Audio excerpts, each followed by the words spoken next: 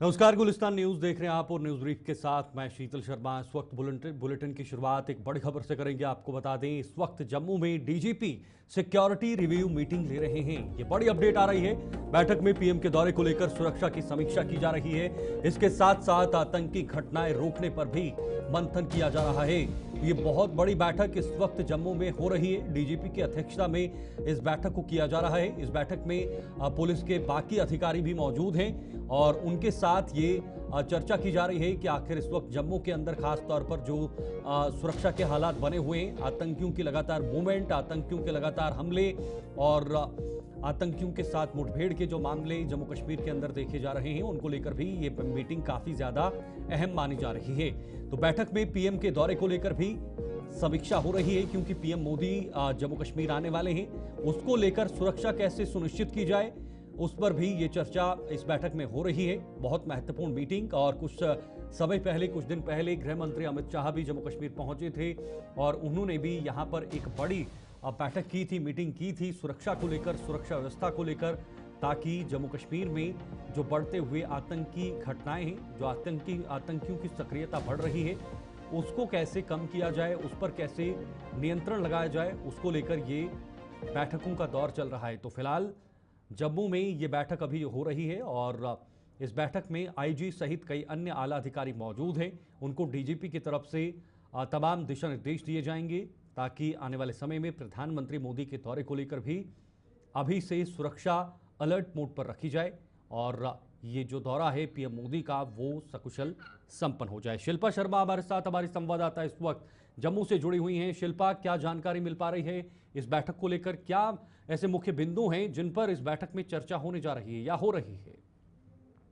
जी बिल्कुल, देखिए बैठक की जो है वो शुरुआत हो चुकी है और इस बैठक की बात करें तो पुलिस हेडक्वार्टर, जम्मू के पुलिस हेडक्वार्टर में ये बैठक हो रही है।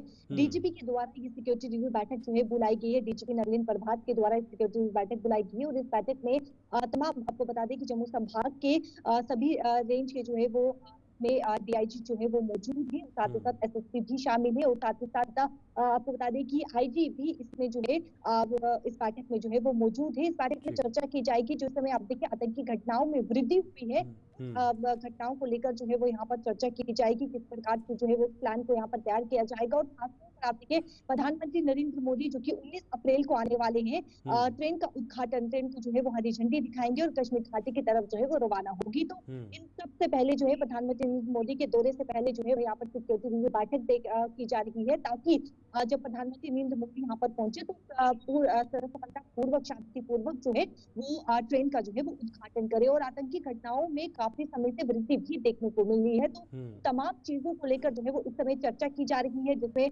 आईजी जो है वो मौजूद है और साथ एसएसपी मौजूद है, तमाम जिला के रेंज के जो है वो अधिकारी यहाँ पर जो है मौजूद है। जिस प्रकार से आपको बता दें कि डीआईजी सभी रेंज के जो है वो मौजूद है और तमाम चीजों को लेकर एक प्लान यहाँ पर जो है वो तैयार किया जाएगा। और आने वाले समय में आप देखेंगे कि किस प्रकार से जो है वो एंटी टेरर ऑपरेशन में भी जो है, यानी कि उन्हें भी जो है वो बढ़ाया जाएगा, ताकि जो समय आतंकी घटनाएं हो रही है उनमें जो है वो कमी आए। बिल्कुल शिल्पा, देखिए पुलिस के कंधों पर बहुत तरह की जिम्मेदारी होती है। लॉ एंड ऑर्डर से लेकर आतंकियों की मूवमेंट हो या बाकी जो अन्य मुद्दे होते हैं, ये तमाम चीज़ें पुलिस को करीब से देखनी होती हैं। क्या उस पर भी चर्चा होगी? क्योंकि जम्मू में जो माहौल बिगाड़ने की कोशिश आतंकी कर रहे हैं या आतंकियों के अलावा और भी चीज़ें हो रही हैं, ये लगातार निरंतर बढ़ रहा है। तो क्या ये भी मुद्दे इस बैठक में डिस्कस किए जा सकते हैं डीजीपी की तरफ से? जी बिल्कुल, देखिए ये प्रधानमंत्री नरेंद्र मोदी के दौरे से पहले ये बैठक हो रही है, तो बैठक की काफी ज्यादा अहम भी मानी जा रही है, क्योंकि दौरा होने से पहले बैठक करना, यानी कि तमाम चीजों का जो है वो जायजा लेना कि समय सिक्योरिटी किस प्रकार से है, क्या कुछ सिक्योरिटी के इंतजाम किए गए हैं, क्या कुछ प्लान जो है वो यहाँ पर बनाया गया है, ताकि शांतिपूर्वक, सफलतापूर्वक जो है वो ट्रेन का उद्घाटन जो है वो किया जा सके। और साथ ही साथ देखिए तमाम चीजों को लेकर इस समय जम्मू कश्मीर पुलिस के जवान हो या फिर सीआरपीएफ के जवान हो, वो चप्पे चप्पे पर इस समय निगरानी रख रहे हैं। और हाईवे की अगर मैं बात करूं तो आप वहां पर देखेंगे सीआरपीएफ के जवानों को तैनात किया गया है। जम्मू का जो प्रवेश द्वार है वहां पर जम्मू कश्मीर पुलिस के जवान तैनात है और हर एक चीज पर निगरानी रख रही है। तो इस समय जो आतंकी घटनाएं बढ़ रही हैं, किश्तवाड़ की अगर मैं बात करूं तो आप देखिए 3 आतंकियों को भी मार गिराया है, लेकिन जो इनकाउंटर हो रहे हैं, जो आतंकी घटनाएं बढ़ रही हैं, उन तमाम चीजों को लेकर जो है इस समय चर्चा की जा रही है और एक प्लान को यहाँ पर जो है वो तैयार किया जाएगा, ताकि जो आतंकी घटनाएं बढ़ रही है उनमें जो है वो कमी आए। बिल्कुल शिल्पा, देखिए कुछ दिन पहले गृह मंत्री अमित शाह भी जम्मू कश्मीर पहुंचे थे। उन्होंने भी बैठक ली थी, मीटिंग की थी, जो कि गृह मंत्रालय के अधीन है। ये तमाम चीज़ें होती हैं, पुलिस भी गृह मंत्रालय के अधीन होती है। ऐसे में क्या ये समझा जा सकता है कि गृह मंत्री अमित शाह का भी ये साफ संदेश है पुलिस के लिए, जम्मू कश्मीर पुलिस के लिए, कि आने वाले समय में आप जैसे चाहें आतंकियों का खात्मा कर सकते हैं, आपके लिए खुली छूट है, बस जम्मू कश्मीर में शांति बहाल रखनी है, आतंकवाद का जो साया खत्म करने की कोशिश या जो जीरो टॉलरेंस की नीति है उस पर काम करना है।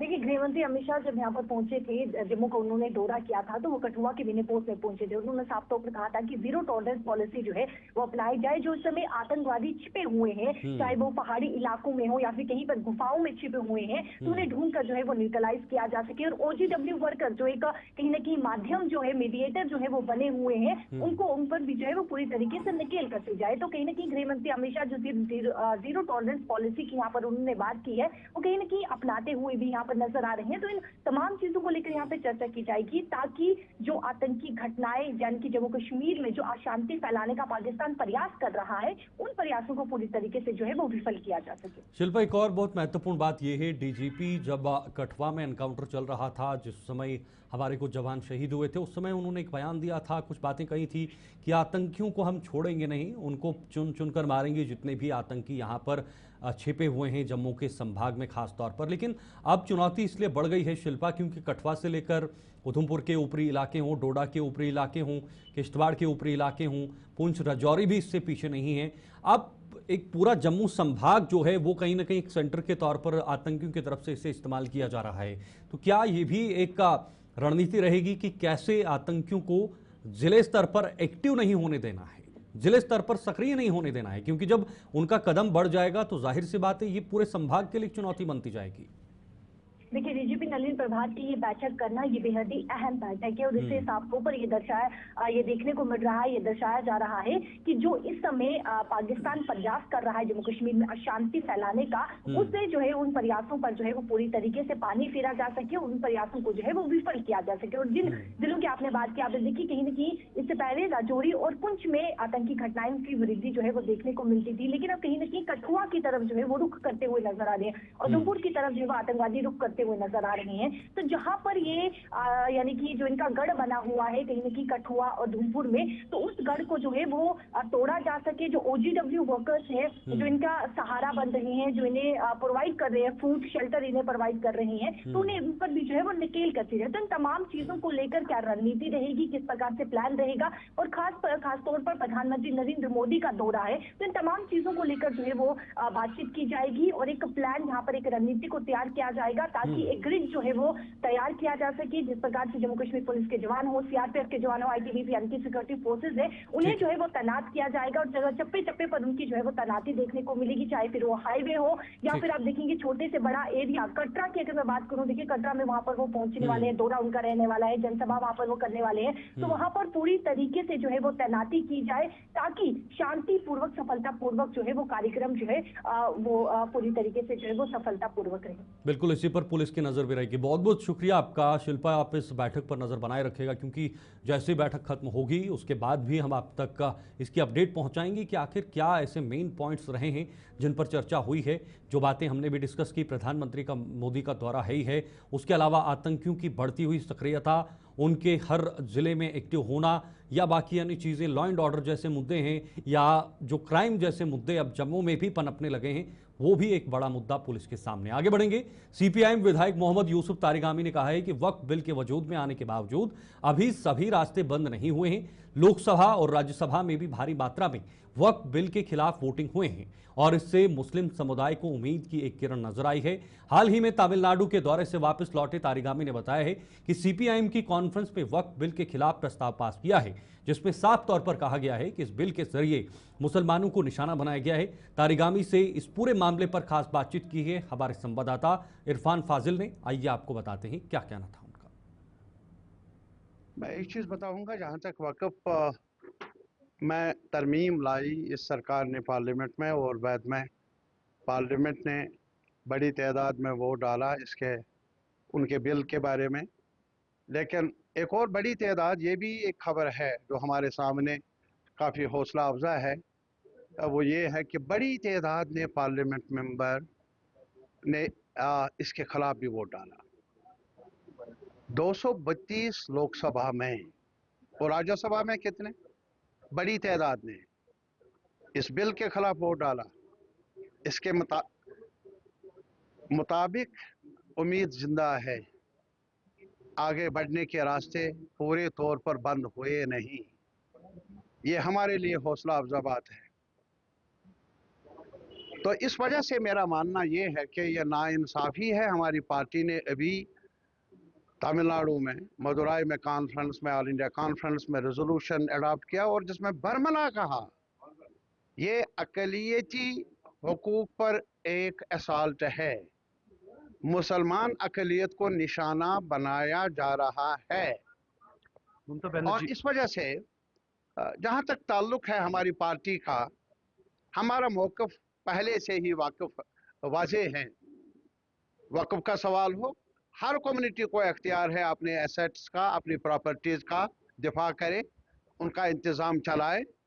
सरकार को ये हक नहीं है कि वो उन जो एरियाज में दखल अंदाजी कर ले जो उनका बनता नहीं है हक। ममता बनर्जी की स्टेटमेंट को आप किस नज़र से देखते हैं? एक सीधा मना कर दिया, ठुकरा दिया। नहीं, अभी आगे आने वाले वक्त में हम भी कहते हैं कि ऐसा होना चाहिए, मगर छुपी साधी जा रही है। देखा जाए तो असेंबली में भी कहा गया कि बस छुपी साधी गई और इस पर नहीं। ये छुपी साधी किसने? इतना शोर था वहाँ, कौन सा मेंबर है मेरे ख्याल में रूलिंग पार्टी से लेकर कॉन्फ्रेंस को लेकर रूलिंग पार्टी ने वहाँ आप देख लीजिए कितना क्या किया। उन्होंने ही, उनके मेंबरान ने ही आवाज़ उठाई, हमने आवाज़ उठाई और लोगों ने भी आवाज़ उठाई कि ये गलत है और ये एक हमला है ये जो मुसलमानों के हुकूक पर, वक़्फ़ के मामलात पर।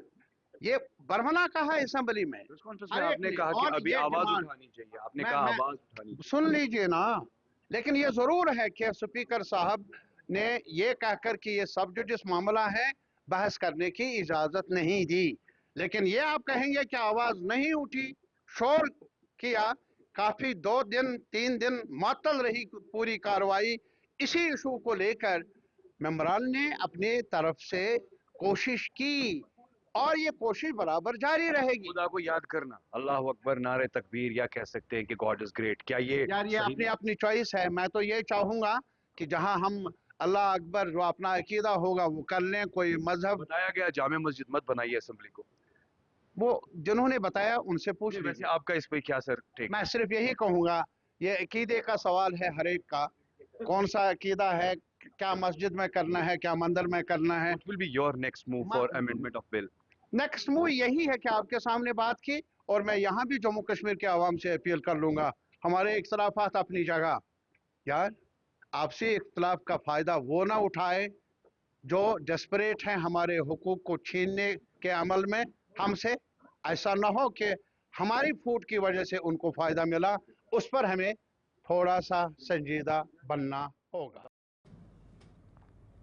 जम्मू कश्मीर वक्फ बोर्ड की चेयरपर्सन डॉक्टर दक्षा अंद्राबी ने कहा है कि कन्याकुमारी से कश्मीर तक रेल के पहुंचने से जम्मू कश्मीर में और खुशहाली आने वाली है। उन्होंने कहा है कि दिल्ली जाने के लिए पहले जहां कश्मीर के लोगों को जम्मू जाना पड़ता था, वहीं अब ये रेल सेवा शुरू होने से लोग कश्मीर से सीधा दिल्ली पहुंच पाएंगे।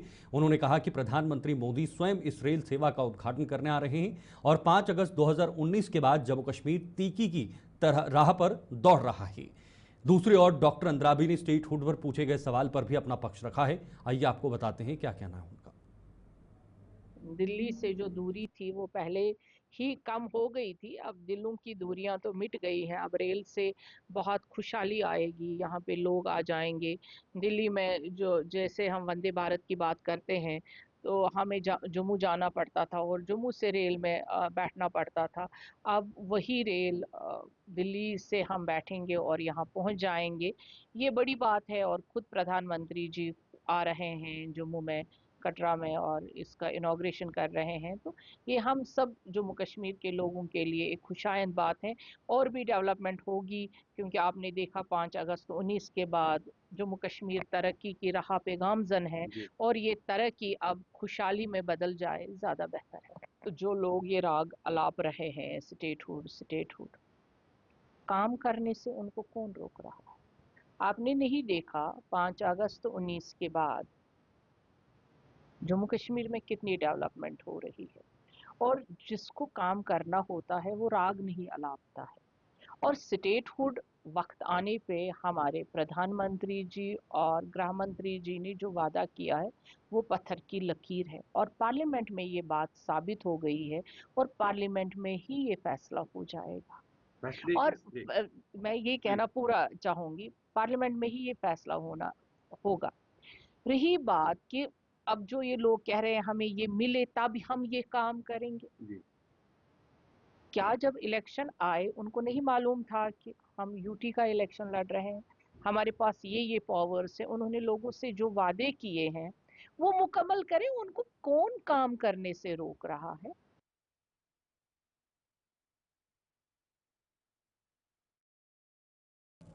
इधर रामबन जिले में आज पेश आए सड़क हादसे में एक व्यक्ति की मौत हो गई, जबकि 9 अन्य घायल हो गए। यह हादसा आज सुबह 4 बजे के करीब बनिहाल के नजदीक तब पेश आया जब बकरवाल परिवारों को राजौरी जिले के त्रयाट से लेकर श्रीनगर की ओर जा रही एक टाटा मोबाइल गाड़ी बनिहाल में रेलवे पुल के नजदीक पलट गई। हादसे में एक व्यक्ति की मौके पर ही मौत हो गई, जबकि 9 महीने की एक बच्ची सहित 9 लोग घायल हो गए।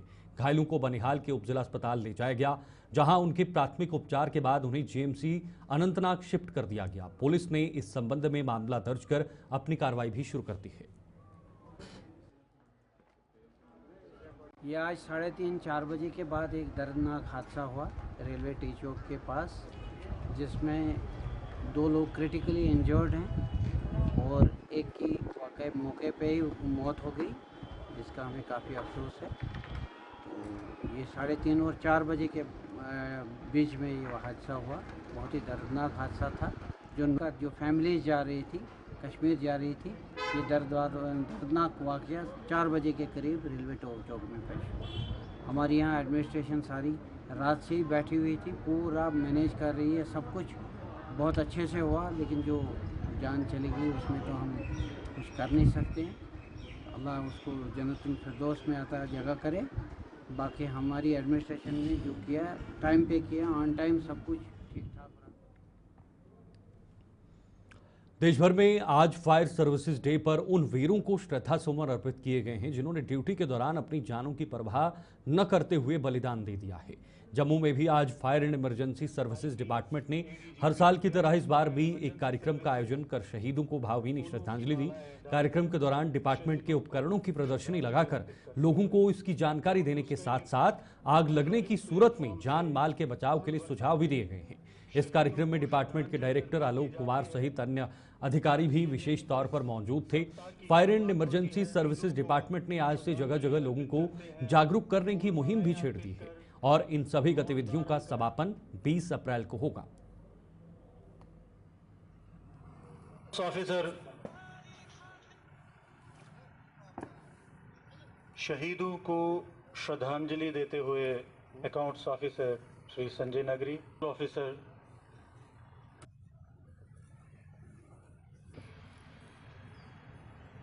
श्रीमान 7 एनजीओ करने के लिए 2 मिनट का मौन धारण होगा।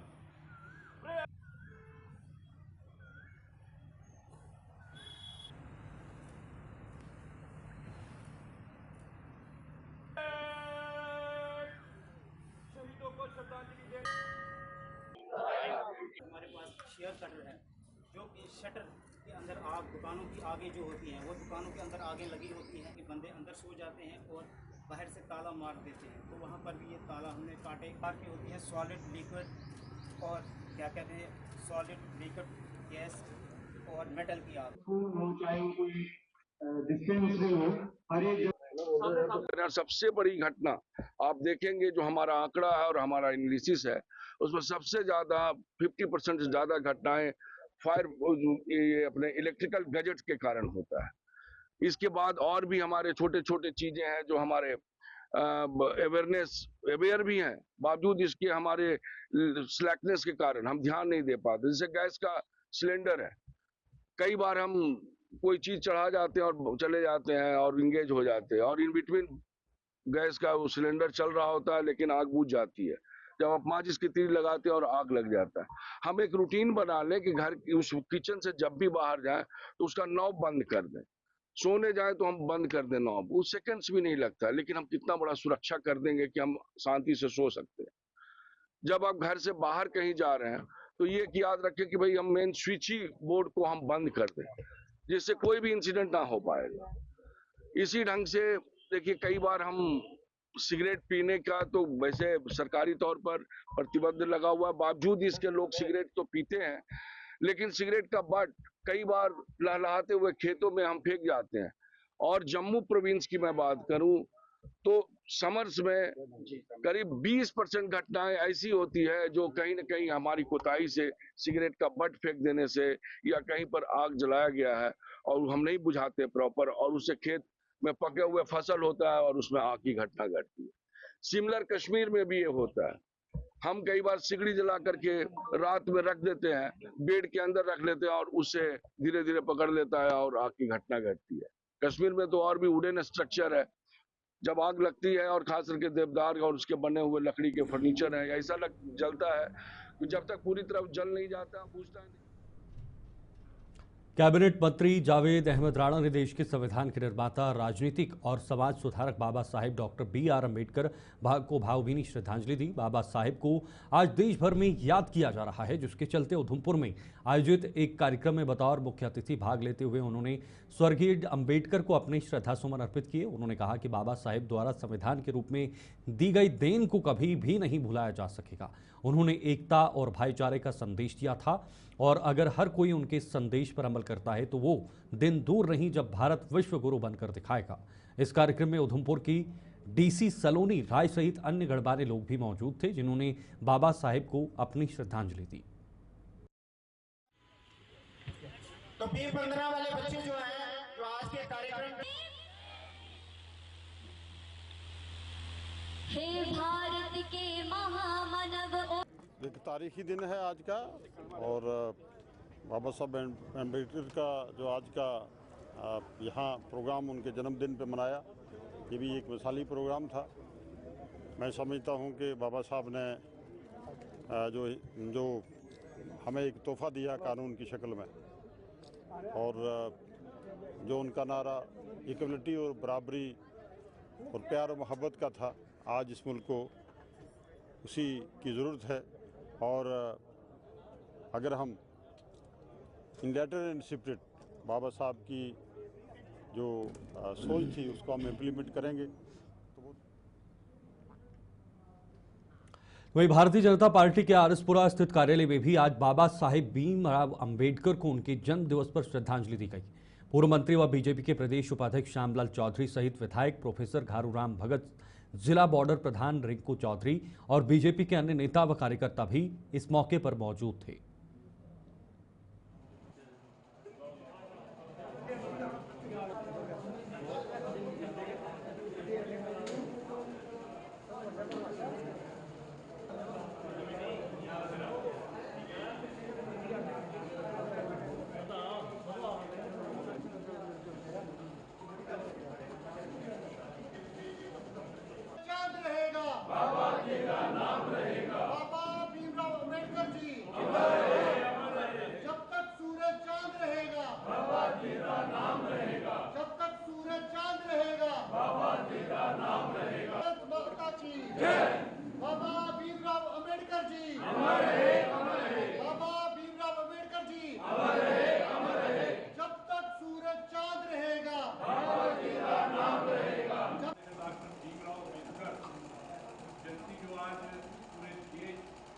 मनाई जा रही है, उस जयंती को आज हम जहाँ भी कार्यालय में मना रहे हैं, इसलिए हम सब डॉक्टर भीमराव अम्बेडकर को दिल की गहराई से श्रद्धांजलि। कार्यक्रम में हम सबकी एक लिस्ट बनाई है, पंचायत में रहेंगे वो 2 दिन ये कार्यक्रम, और ये कार्यक्रम हमने 18 और आपको बता दें कि कौन कौन कार्यकर्ता कहाँ पे रहेगा।